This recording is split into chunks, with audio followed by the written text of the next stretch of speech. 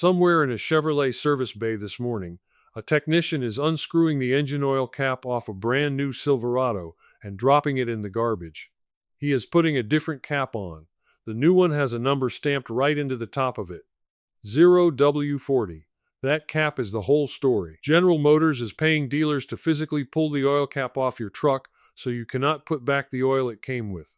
The oil printed in your owner's manual. It turned out to be too thin to keep the engine alive, and rather than trust you to read a letter, they took the cap off the truck. Nearly 600,000 vehicles sit in that one recall. That is more than 250,000 pickups, and General Motors logged 28,000 complaints before it ever filed the paperwork. 14,000 of those were engines that quit putting power to the wheels while somebody was driving. 4 companies are doing this at the same time. Toyota has recalled the Tundra engine 3 separate times. Honda is under federal investigation right now over connecting rod bearings. Ford recalled 47,000 F-150s because the intake valves were cracking in half.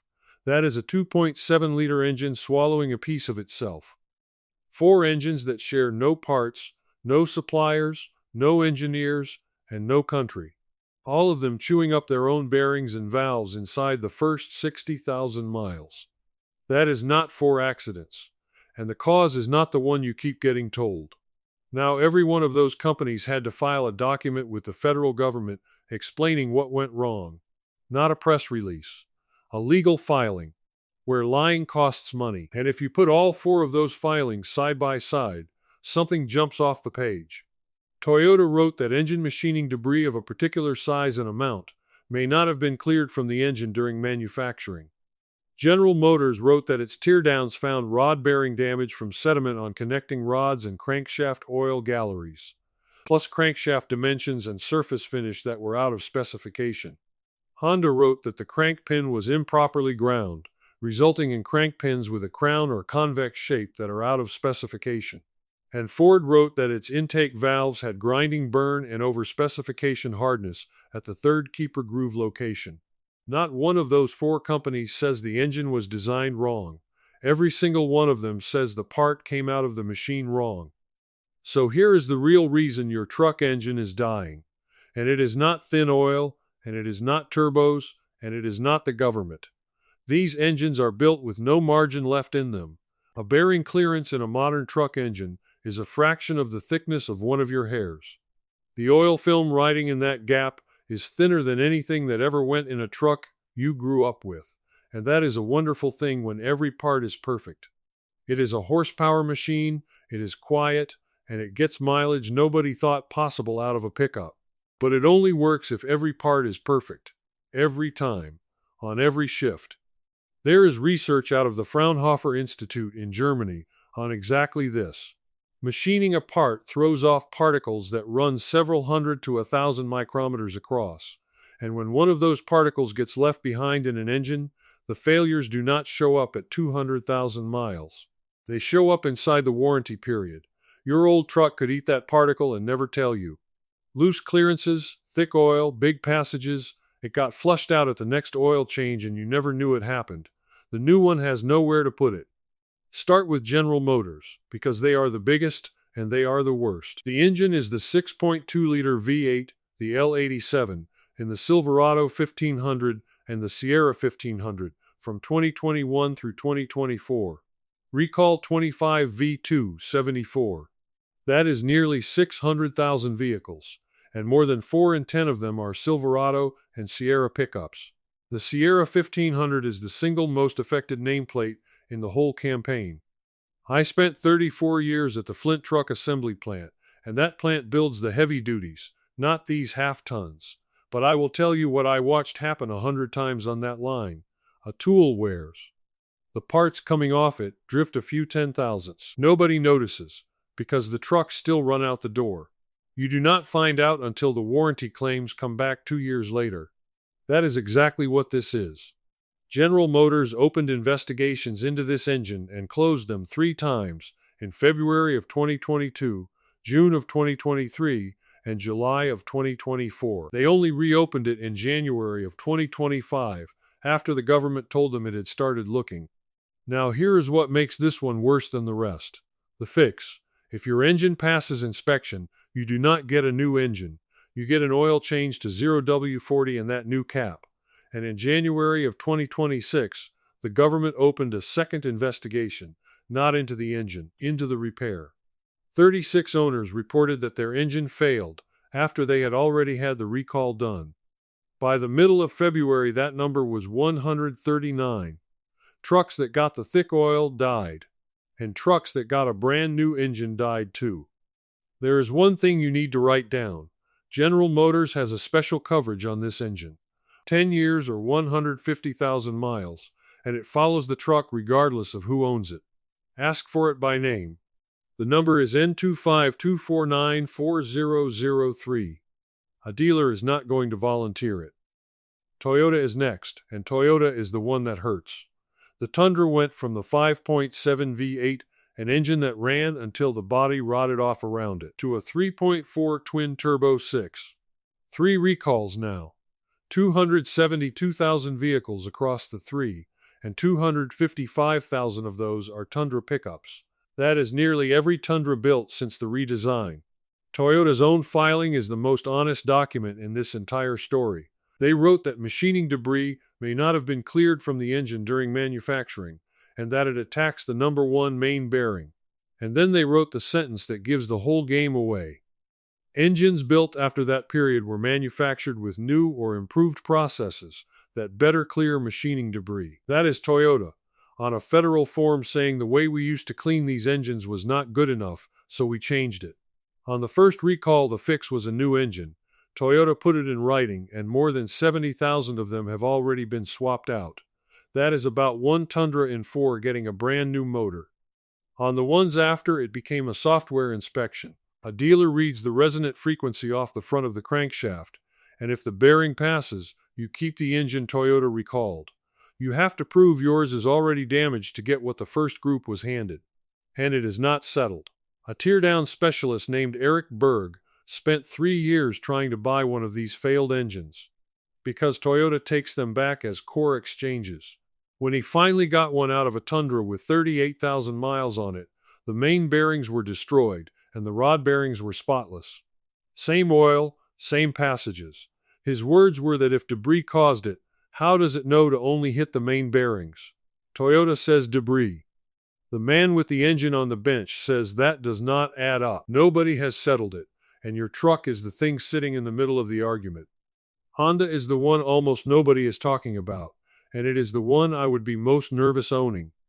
The 3.5 V6 in the Ridgeline. Honda recalled it in 2023 for connecting rod bearings. That is 249,000 vehicles across the Honda and Acura lineup. And when you look at which Ridgelines they pulled in, it is 2017 and 2019, not 2018. That is not sloppiness. That recall was scoped to the days the bad crankshafts were cut, and the 2017 window is 11 days long. 11 days of production in a whole model year. Then the failures kept coming in from trucks outside that window. So the government opened an investigation in August of 2025 covering 1.4 million Honda and Acura vehicles. That is more of them on the road than there are people living in the city of Dallas, all driving around on the same V6. The Ridgeline is in it for 2017 through 2019. 3,000 reports of rod bearing failure. And the government said something remarkable. It said these failures are outside the scope of Honda's recall, and the evidence does not suggest they are caused by the same crankshaft defect Honda already fixed. Translation: same engine, same broken bearing, different cause, and nobody knows what it is. That investigation has been open 11 months. There is no recall. There is no remedy. If you own one of those trucks, there is nothing for you to go get done. A Honda owner with this same V6 was quoted $11,874 for a replacement, asked Honda to cover it, and got told no. Honda's powertrain warranty runs 5 years or 60,000 miles. Almost every one of these failures lands on the wrong side of that line. If this is doing you some good, hit the like button. It genuinely helps this channel get in front of other guys who are about to sign for one of these trucks. Which brings me to Ford, and Ford filed the sentence that made me understand this whole thing. Recall 24V635. That comes to 90,000 vehicles.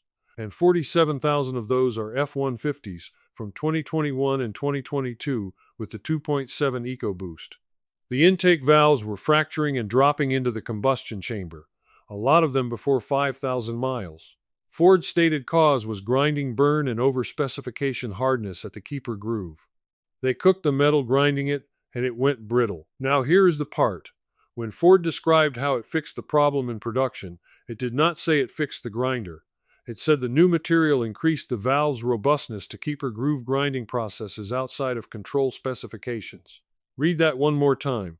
Ford changed the metal so the part could survive being ground wrong. That is a company telling the federal government, in writing, that its own machining process is going to go out of specification, that it cannot stop that from happening at volume, and that the actual fix was putting some margin back into the part.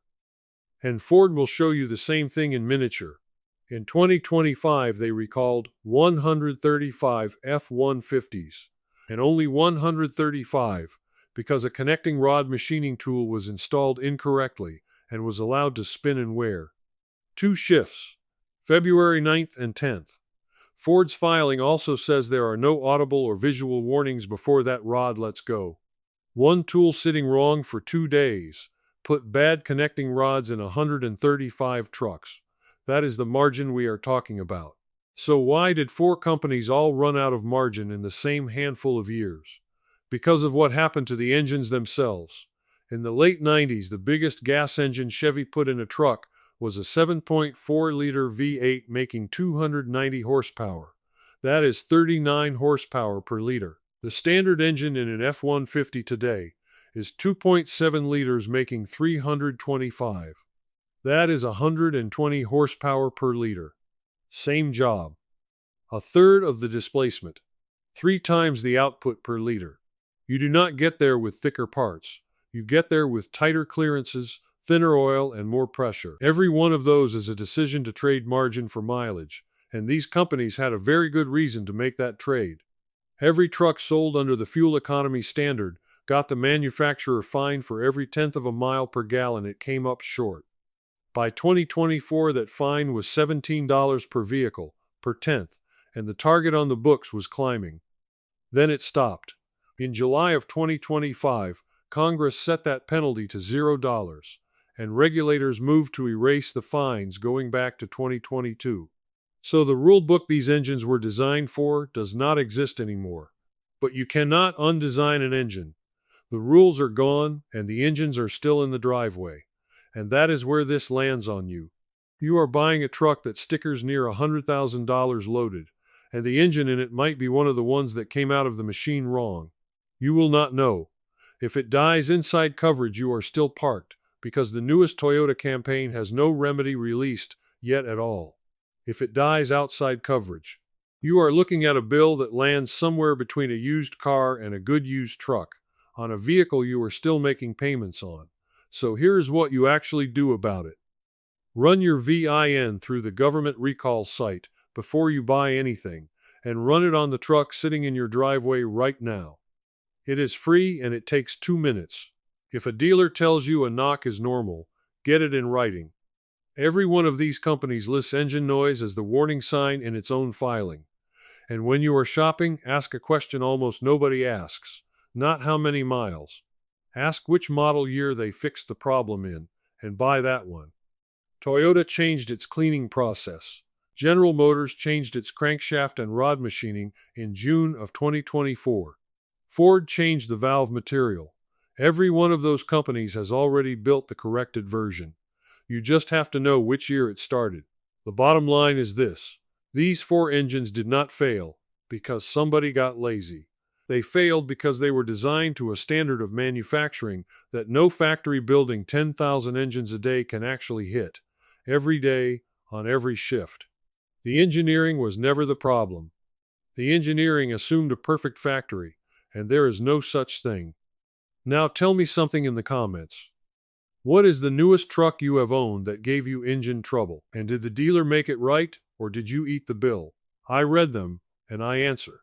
And if you want it in one place, I put together a book called The Right Ride. It covers the buying traps, the model years to chase, and the engines I would walk away from. I am not going to hard sell you. There is a link in the description if you want it. Either way, hit like, hit subscribe, and I will see you in the next one. Buy the engine they have already fixed, not the one they are still explaining. This is Frank.